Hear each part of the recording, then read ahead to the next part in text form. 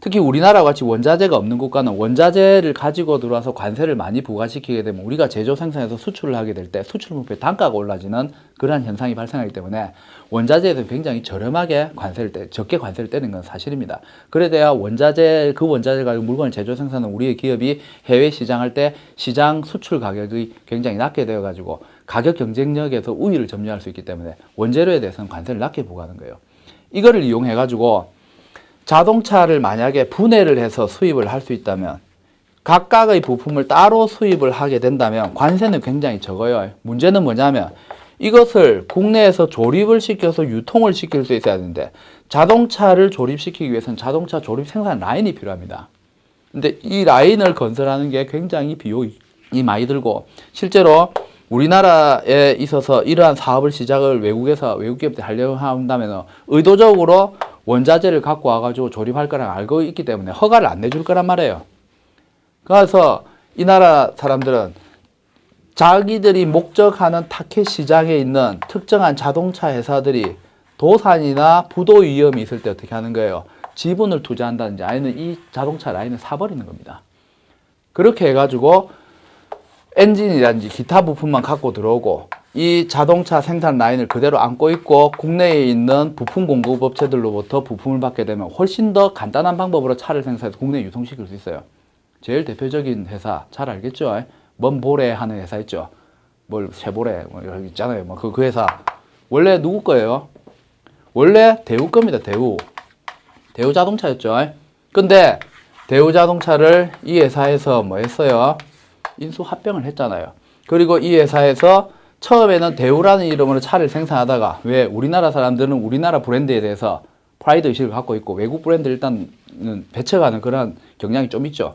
그러니까 처음에는 우리나라 브랜드로 진행을 하다가 어느 날 갑자기 다 바꿨잖아요. 지금 아무 거리낌 없이 어떻게 합니까? 외국산 브랜드인데 우리가 받아들여서 그 자동차를 가지고 계신 분도 있죠. 지금 현재 여름 자동차 그 자동차도 있잖아요. 근데 차를 구매하신 분 입장에 상당히 좋은 일이죠. 왜냐하면 그 차가 외국에서 그대로 들어왔으면 관세가 얼만데 차값이 얼만데 근데 국내 자동차 가격처럼 해서 여러분들이 구매를 하실 수 있잖아요. 질 좋은 제품을. 그런 장점도 있습니다만 우리나라 국내 산업 전체의 구조로 봤을 경우에는 좀 불합리하고 좀 우리는 좀 그 자동차 나가줬으면 좋겠죠. 왜냐하면 우리나라 자동차 산업이 죽어가기 때문에. 근데 실질적으로 이쪽 선진국들 자동차 회사 입장에서는 굉장히 유리한 조건으로 해가지고 거래가 진행되는 건 사실이잖아요. 이것을 우리가 녹다운 방식이라고 부릅니다. 선진국들이 자동차 산업에 있어서 특정한 국가의 시장을 장악할 목적으로 자동차를 수출을 해가 들어와야 되는데 시장 침투를 해야 되는데 가장 이상적이고 합리적인 방법을 채택을 한 거예요. 그래서 수입국 내 생산 라인을 건설하든지 기존에 있는 생산 라인을 자기들이 사버리는 겁니다. 그리고는 원자재를 수출을 해가지고 관세를 적게 때린 상태에서 물건을 갖고 들어오고 조립을 해가 유통시켜봤자 세금 자체가 이미 들어올 때 관세 다 때렸으니까 더 이상 세금 붙을 게 없죠. 그래 되면 이 나라 시장에 있는 국내 자동차 회사들하고 가격 경쟁에서 밀리지 않죠. 질 좋은 품질이 가격도 낮다면 소비자들은 당연히 그 물품을 사게 됩니다.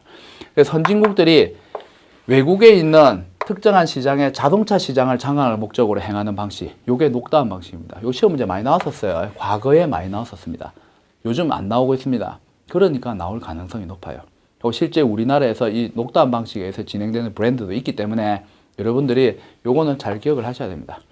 그 다음에 OEM이라는 방식이 있고 ODM이라는 방식이 있습니다. 두 개 비슷하죠? 근데 달라요. OEM은 잘 알죠? 주문자 상표 부착 방식. 선진국이나 기술이 뛰어난 어떤 기업이 외국에 있는 특정 업체에게 제조 생산할 수 있는 기업에게 물량에 대해서 오더를 주고 특정한 제품을 생산해 달라 하고 브랜드는 이 주문자 브랜드를 붙여서 수출하거나 저거나라로 가져가는 방식. 이것을 OEM이라고 부릅니다. 주문자 상표 부착 방식. 이 방식은 내가 물건을 제조 생산해도 내 자신의 브랜드, 기업 이미지를 나타내는 어떠한 상표를 붙여서 수출을 할 수 없다는 단점이 있습니다. 그리고 단순하게 제조할 수 있는 능력만 있지 제품 개발 능력은 가지고 있지 않는 경우에요. 근데 여기서 좀 더 발전하면은 ODM 산업이라는 걸 발전할 수 있습니다. ODM 산업은 자체 제품 개발 능력이 있는 업자들이 쓰는 거예요. 그래서 외국에서 주문을 할 때도 시장의 주도권을 이 제조자가 갖고 있습니다.